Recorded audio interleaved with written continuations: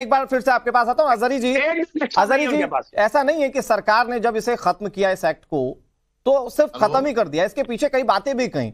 उसमें से एक बहुत इंपॉर्टेंट बात यह है सरकार ने जो कही कि ये पहले जो व्यवस्था होती थी, जो शादियां रजिस्टर्ड होती थी 1935 वाले एक्ट में, वो अनौपचारिक होती थी। अब कम से कम सरकार के पास सारे रजिस्टर्ड डेटा रहेंगे और अगर बाल विवाह जैसी कोई स्थिति होती तो सरकार कार्रवाई करने के लिए प्रतिबद्ध रहेगी। तो ये एक बहुत बड़ा चेंज है कि नहीं है? ये मुस्लिम समाज के लिए बहुत बड़ा एक चेंज है, हमारे देश की महिलाओं के लिए बहुत बड़ा चेंज है। अरे मुस्लिम समाज को ही बार बार टारगेट क्यों कर रहे हो आप? क्योंकि मुस्लिम समाज ही है जो अपनी आप को भी नहीं आगे बढ़ा रहा है। जैन और पारसी और ईसाइयों में नहीं है। अजहरी भाई, नहीं रहते।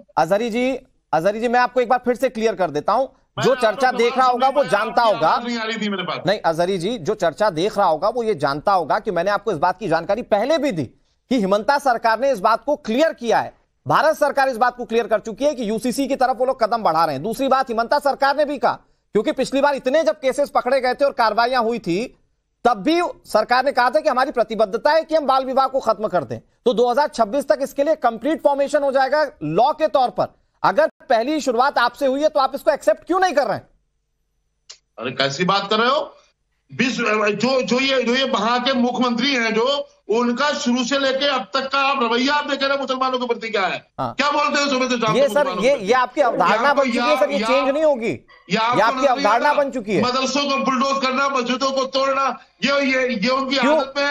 आप मदरसों का हवाला दे रहे हैं। क्यों मदरसों में कुछ ऐसे आतंकी तत्व नहीं पकड़े गए जिनके कनेक्शन देश विरोधी थे? क्यों नहीं पकड़े गए क्या मदरसों में? अजहरी साहब उस पर क्यों नहीं बोलते? जो मदरसे दूसरे देशों से संचालित हो रहे थे और वहां पर कुछ ऐसी गतिविधियां हो रही थी जो कानून के खिलाफ है, क्यों नहीं बोलते आप उस पर? मस्जिद बनाएंगे तो सरकार लेगी ना, कानून है ना इस देश का, व्यवस्था तो आपको फॉलो करना पड़ेगा।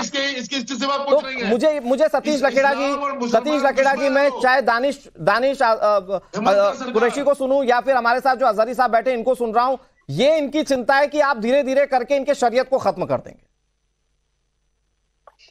सतीश जी, अनुराग जी, मैं आ रहा हूं शालिनी जी, इसके बाद आप या हिंदू मुस्लिम के जितने मामले टीवी पे दिखाई देते हैं, क्या इसमें इस्लाम खतरे में है?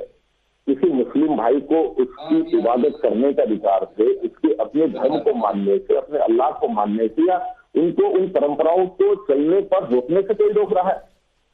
जब पूरे देश के संविधान में सुंदर देश बनाने की दिशा में जब तक चलेंगे, तब बराबरी के तरीके से चलेंगे, लाइफ स्टाइल लोगों का एक तरीके से होगा, कानून में जो कोई कमियां उस तरीके से होंगे। अजहरी जी सुनना तो सीखिए दूसरों को। धर्म गुरुओं को ऐसा लगता है कि हमारे धर्म पर हमला है, उन्हें महसूस होता है कि कहीं ना कहीं खतरा है, कहीं ना कहीं षड्यंत्र है।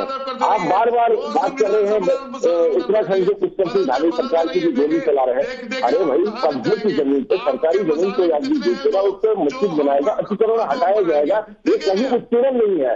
सड़क से अचानक आप मजार बना देंगे जो लीगल नहीं है, डीएम से परमिशन नहीं है, अब तो कानून है भाई, डीएम से किसी ने परमिशन नहीं है तो आप धार्मिक स्थल बनाएंगे। तो अगर ऐसा नहीं होगा तो अतिक्रमण हटाया जाएगा। और ये अतिक्रमण दानिश भाई, लेकिन सारी बातों को घुमा फिराकर शरीयत पर और धर्म पर ले आना, दानिश कुरैशी साहब, ये तो ठीक नहीं है ना।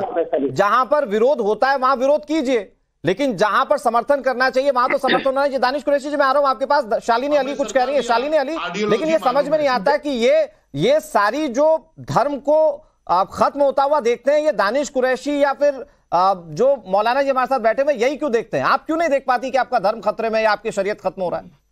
मैं इसलिए नहीं देख पाती हूँ क्योंकि मैं शरीयत को एक ढकोसला या एक चादर के तरह नहीं ओढ़ती हूँ और अपने आंख बंद करती हूँ। मैं शरीयत को उस तरीके से देखती हूँ जिस तरीके से लिखा गया है, जिस तरीके से पढ़ाया जाना चाहिए और जिस तरीके से उसे फॉलो करना चाहिए। आप ये देख लीजिए, जब इन्हें लड़कियों की शादियां करवानी होती है तो ये शरीयत पे आ जाते हैं, जब इन्हें तलाक दिलवाना होता है तब ये शरीयत पे आ जाते हैं, पर जब तालीम दिलानी होती है तब ये शरीयत पे नहीं आते हैं।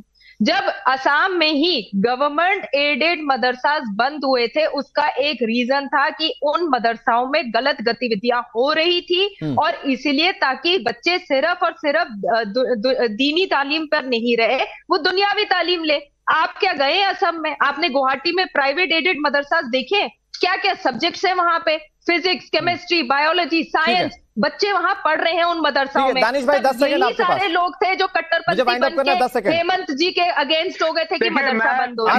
मैं तो सिर्फ इतना ही कहूंगा कि एक बात समझ लीजिए, यूसीसी के नाम पर अगर ये कहा जा रहा है कि भाई इस तरीके का शादी का जो एक्ट है मुसलमानों के लिए खत्म कर दिया जाएगा, तो हिंदू मैरिज एक्ट और स्पेशल मैरिज एक्ट किस तरह से इक्वल होंगे, मुझे ये बता दीजिए। इसका जवाब ना तो सतीश जी के पास है, न शालिनी जी के पास है, न किसी के पास है। मुझे ये बता दीजिए कि फिर कॉमन एक्ट क्यों नहीं है। नहीं, उस दिशा में कदम उठा रहे हैं, उस दिशा में दानिश भाई कदम उठा रहे हैं, लेकिन मुझे लगता